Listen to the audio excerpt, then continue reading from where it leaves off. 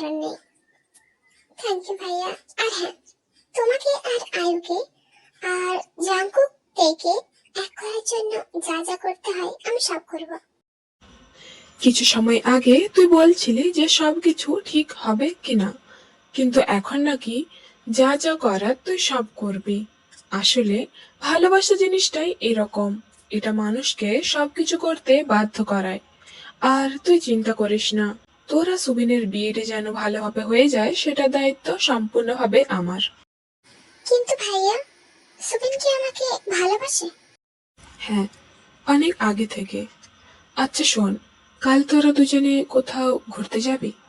আমি সব ব্যবস্থা করে দেব, তুই শুধু বল কোথায় যাবি। সেটা না হয় তুমি দেখে নেবে ভাইয়া, কিন্তু আমি ভাবছি রোজি আন্টিকে আমি কখন বলবো আয়ু আর জাঙ্কুকের ব্যাপারটা? দেখ, কালকে আয়ু আর জিমিন আমাদের কোম্পানিতে আসছে ইন্টারভিউ দিতে। তখন তুই আয়ুদের বাড়ি যাবি আর ওদেরকে আমি সিলেক্ট করে নেব। তারপর তুই ওদেরকে নিয়ে লাঞ্চের জন্য বাইরে যাবি। তখন আমি আয়ুদের বাড়ি গিয়ে রোজি আন্টিকে আয়ু আর আমার বিয়ের কথা বলবো। ঠিক আছে ভাইয়া, তাই হবে। আচ্ছা ভাইয়া, আমি এখন বাড়ি যাচ্ছি। আসলে মাকে বলা হয়নি আমি এখানে এসেছি।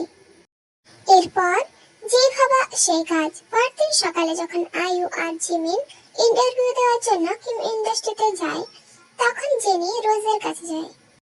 আরে জেনি, তুমি ভেতরে এসো। কেমন আছো? আর জিসু কেমন আছে? আর সবাই ভালো আছে আন্টি। আসলে আমি একটা কথা বলার জন্য এখানে এসেছিলাম। হ্যাঁ বলো। আর তোমাকে দেখে এত চিন্তিত কেন লাগছে? সব ঠিক আছে তো? আসলে আন্টি, আমার আয়ু আর জাঙ্কুকের ব্যাপারে কিছু বলার আছে। আয়ু আর জাঙ্কুকের ব্যাপারে? মানে কি বলতে চাও জেনি? ওই জাঙ্কুক কি আমার মেয়ের সাথে কিছু করেছে? না, করেনি, কিন্তু করতে তো পারে। আসলে আয়ু জাঙ্কুককে ভালোবাসে, কিন্তু জাঙ্কুক আয়ুকে সত্যি ভালোবাসে কিনা সেটা আমি ঠিক জানি না। আয়ু আর জাঙ্কুকের ব্যাপারে শুনে রোজ রেগে গেল। কবে থেকে চলছে এসব? 1 বছরের বেশি হয়ে গেল। আসলে আয়ু যে লেট করে বাড়ি আসতো আর বলতো যে সে নাকি লিসাদের বাড়ি যেত। না, আসলে জাঙ্কুক আয়ুকে নিয়ে কখনো নদীর পাড়ে, কখনো পার্ক বা আর কোথায় কোথায় নিয়ে যেত সেটা আমি ঠিক জানি না। এগুলো শুনে তো রোজি আরো রেগে গেল আর ভাবলো জাঙ্কুক হয়তো আয়ুকে ব্যবহার করছে। এত কিছু চলছে আর আমি কিছুই বুঝতে পারলাম না। আয়ু আমার খুব ভালো বান্ধবী, তাই আর নিজেকে আটকে রাখতে পারলাম না। সরি আয়ু, এছাড়া আমার আর কোনো উপায় নেই। তোকে কাই ভাইয়া অনেক ভালো রাখবে, আর তুই যে জাঙ্কুকে খুব ভালোবাসে, ও তো তোর জন্য নিজের ভালোবাসার মানুষটাকে হারিয়ে ফেলবে। এটা আমি কখনোই সহ্য করতে পারবো না। আমাকে ক্ষমা করিস আয়ু। জেনি সেখান থেকে চলে গেল। দুপুরে কাই আয়ুদের বাড়ি এলো। আরে কাই বাবা, তুমি এখানে? সব ঠিক আছে তো? হ্যাঁ আন্টি, সব ঠিক আছে। এরপর কাই আর রোজি কিছুক্ষণ কথা বলতে লাগলো। আন্টি, আসলে আমি আপনাকে একটা কথা বলতাম, কিন্তু কিভাবে বলবো বুঝতে পারছি না, যদি আপনি কিছু মনে করেন। আরে না না, তুমি বলো। আসলে আমি আয়ুকে ভালোবাসি আর আমি আয়ুকে বিয়ে করতে চাই। আচ্ছা, আয়ু কি জানে এই ব্যাপারে কিছু? না আন্টি, আপনি ওর মা, তাই ওর জন্য কে ভালো আর কে খারাপ সেটা আপনার থেকে ভালো আর কে বুঝবে, তাই না? এই জন্যই আগে আপনাকে জানালাম। সত্যি বলতে আমার কোনো সমস্যা নেই। তাছাড়া তুমি ছেলে হিসেবে খুব ভালো, আর তোমার বাড়ির সকলেও খুব ভালো। তাই আমার বিশ্বাস আমার মেয়ে তোমাদের সাথে ভালো থাকবে। সত্যি? আমার তো বিশ্বাসই হচ্ছে না আপনি এত সহজে মেনে নেবেন। কিন্তু একটা সমস্যা। কি সমস্যা?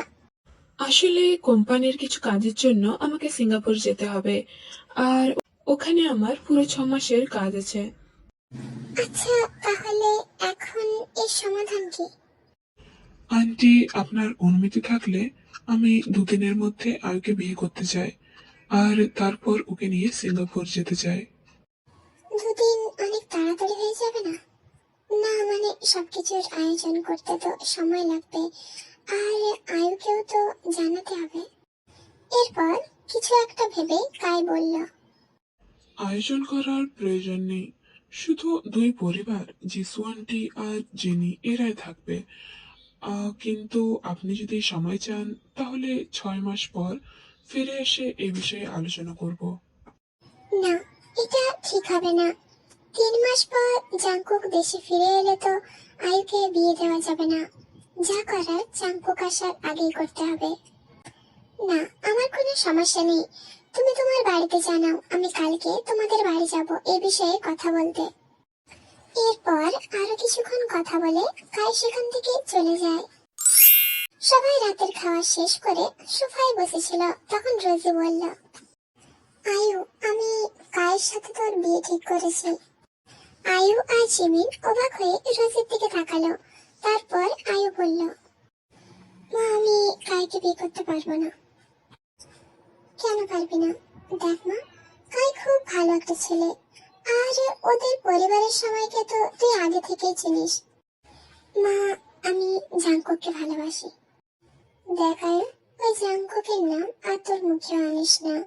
আর হ্যাঁ, 2 দিন পর কায়ের সাথে তোর বিয়ে, আর এটাই আমার শেষ সিদ্ধান্ত।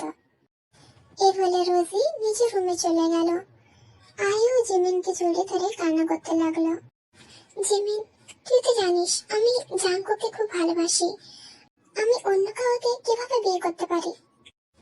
আয়ু, তুই জাংকুকে ভুলে যা। মায়ের কথা মেনে নে, সেটাই ভালো হবে। এরপর জিমিন আয়ুকে সব সত্যি কথা বলল, আর অনেক কষ্টে বুঝিয়ে আয়ুকে বিয়ের জন্য রাজি করালো।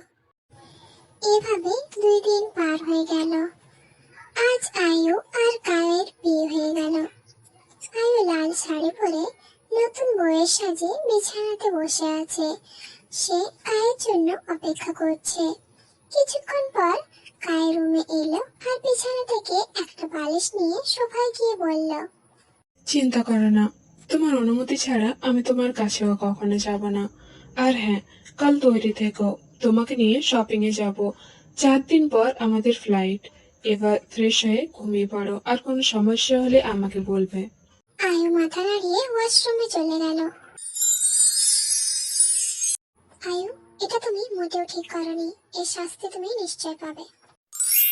I love you Jungkook. আমার ভাইয়ের এরকম অবস্থার জন্য তোমরা দায়ী। সুধা প্লিজ, তুমি এরকম কিছুই করবে না। তে জাংকুক এখন হসপিটালে।